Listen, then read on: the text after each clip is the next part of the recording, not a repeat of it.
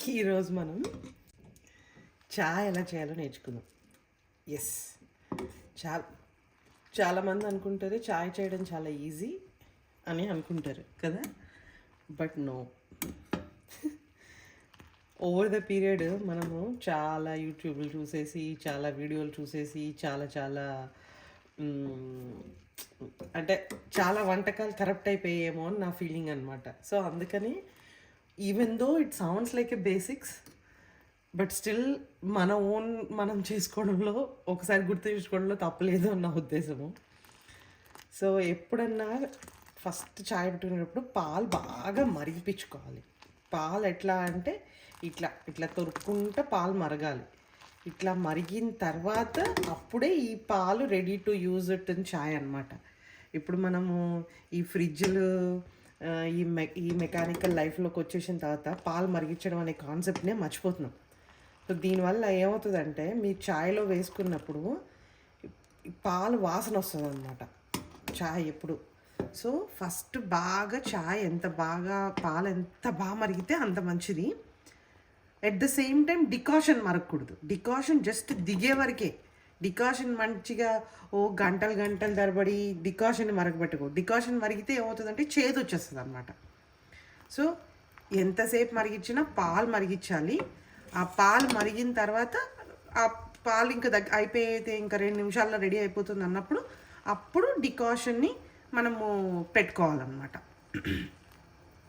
Okay, so ఇట్లాగా పాలని మరిగిపిస్తున్నాను ఇప్పుడు దీనికి ప్యారలల్గా నేను ఏం పెట్టుకున్నానంటే చాయ్ నేను 2 రకాలుగా చేస్తానన్నమాట. ఎట్లా అంటే మనం ఎంత జాగ్రత్తగా చేసినా పాలు పొంగిపోతాయి అన్నమాట. దాన్ని ఎవరు కంట్రోల్ చేయలేరు. సో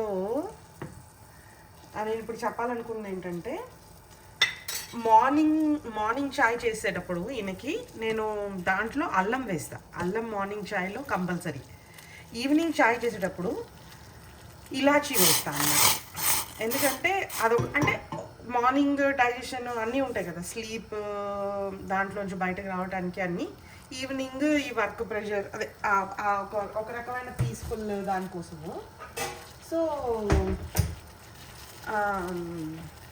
ఇలాచి మీ దగ్గర ఇంకా ఏమన్నా కొంతమంది దాల్చిన చెక్క అది కూడా వేస్తారు, బట్ నేను మ్యాక్సిమం ఇలాచి వరకే అవుతుంది.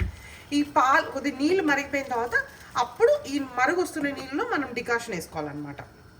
ఓకే, సో ఇప్పుడు ఇలా పొంగుతున్న నీళ్ళల్లో మనం చాయ్ పత్తా వేసుకోవాలి.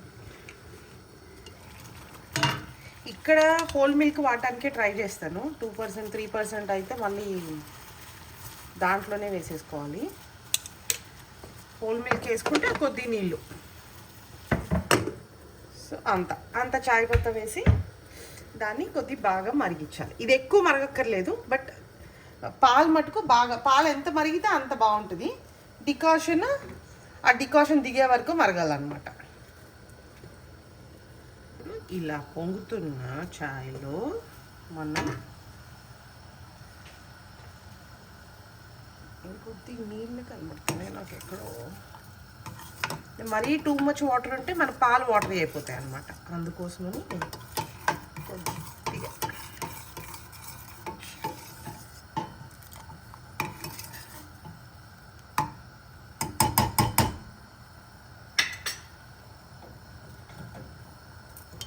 చాలామంది అడగొచ్చు, అసలు నీకేం తెలుసు చాయ్ గురించి, నువ్వు చాయ్ తాగవు కదా. చాయ్ తాగే వాళ్ళకి తెలీదు చాయ్ కోసం. చాయ్ చేసే వాళ్ళకే తెలుస్తుంది చాయ్ ఎంత బాగుంటుందా అని, ఎంత బాగా చేయొచ్చు అని. ఓకే, సో ఇలాగా కన్సిస్టెన్సీలో ఒక్క మరుగు మరిగిన తర్వాత చాయ్ని ఆపేసుకోవటమే.